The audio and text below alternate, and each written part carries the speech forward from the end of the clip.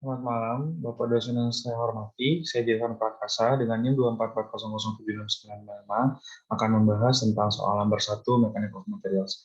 Baik, jadi di sini kita diberikan soal. Ya. Oke, saya akan share soalnya terlebih dahulu. Bahwa kita ada sebuah massa ya, tergantung pada penyangga seragam atau jenis konstruk yang memiliki massa 30 kg. Tentukan tegangan T-nya, tentukan tegangan pada kabel, habis itu setelah itu komponen gaya horizontal dan vertikal yang bekerja pada penyangga koaksial masing-masing ABC. Saya akan kembali ke whiteboard. Nah, baik. Jadi di situ kan kita punya soal bahwa ada kabel menahan strap dengan bebannya ini 150 ya, 150, dan di sini ada bebannya itu 30 ya. Karena beban stratnya sendiri dengan sudut di sini 45, di sini 60. Nah, jika kita implementasikan, ya, kita implementasi kepada mekanisme itu akan membentuk seperti ini. Nah, ini tuh bebannya ya. Jadi ada di sini akan saya lambangkan dengan M besar, MG dengan M besar, dan di sini beban dari stratnya itu M kecil G, dan di sini itu akan ada gaya Fx dan Fv yang bekerja. Ya. Ini T-nya sendiri. Nah, di sini ketika kita ingin mengimplementasikan, nah kita harus kelihatan apa yang terlibat dulu.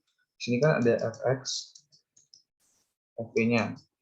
Kita harus mencari pivot atau titik beban atau titik tengah itu bagaimana gaya ini dapat bekerja gitu.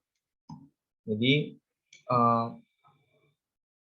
di bagian sini, di bagian titik gaya di sini. Jadi apapun gaya yang diberikan ya, dia torque-nya tuh itu akan nol karena dia loose ya, gayanya loose, bukan gaya berasal dari sana. Jadi kalau kita lihat sigma torque-nya itu nilainya nol. Nah, jadi ketika ada torque ya bekerja itu berarti ini kan counterclockwise, berarti dia positif, dan ini dia negatif.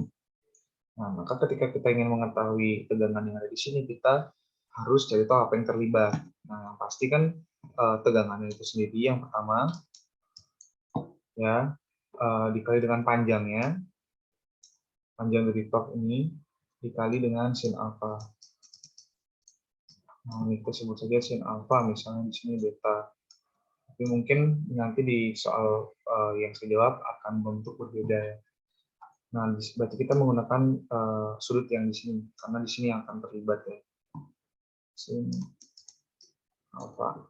Nah, dia kan titik gaya yang menarik itu ke bagian kiri, sehingga dia itu counterclockwise, makanya dia positif. Nah, kita biarkan saja. Setelah itu ada bebannya yang diangkut oleh stratnya tadi, yaitu kita lambangkan dengan M besar kali G, M besar dikali G, sin. Nah, karena yang bekerja di sini, maka dia sin kita. Nah, di sini kan dia bergerak ke kanan, maka dia min. Selanjutnya ada beban strapnya itu sendiri. Jadi stratnya itu kita lambangkan dengan M besar, M kecil maksud saya kali G dikali lengthnya. Lengthnya itu kan dari titik beban titik tengah ini ke pivot, menuju pivot ini itu kan setengah. Maka L per 2 dikali sin beta. Nah, kita gunakan tuh sudut bagian sini ya. Di sama juga sin beta yang di sini itu kita gunakan sudut yang bekerja di sini. Karena dia bergerak ke kanan, maka dia juga minus. Maka sudah kita bisa mendapatkan proses pengerjaannya. Nah, di sini tuh kita bisa menyederhanakan, kita bisa hilangkan L-nya terlebih dahulu. Nah, nanti MG sin ini bisa dibawa ke ruas kanan, sehingga nanti akan dibentuk seperti ini. T sama dengan MG sin beta ditambah MG per 2 sin beta. Dan T dan sin yang bergerak di sini akan pindah ke ruas kanan sehingga sin alfa.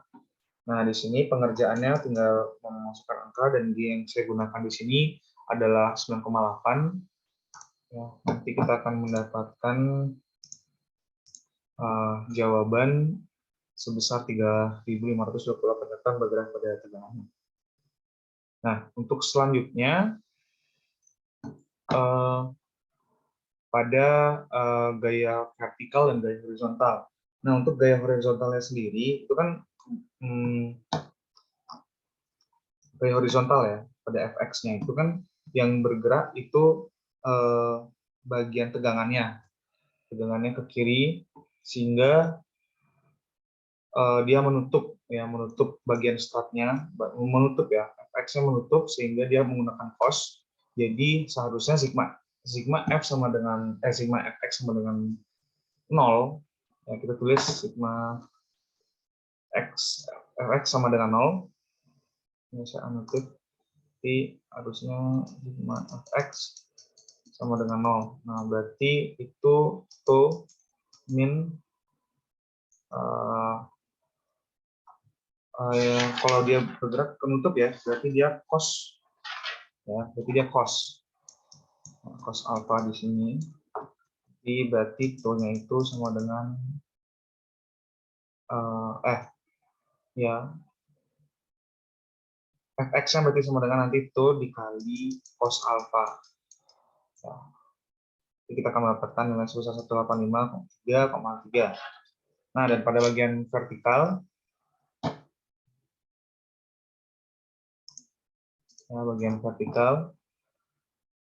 ya, sebelumnya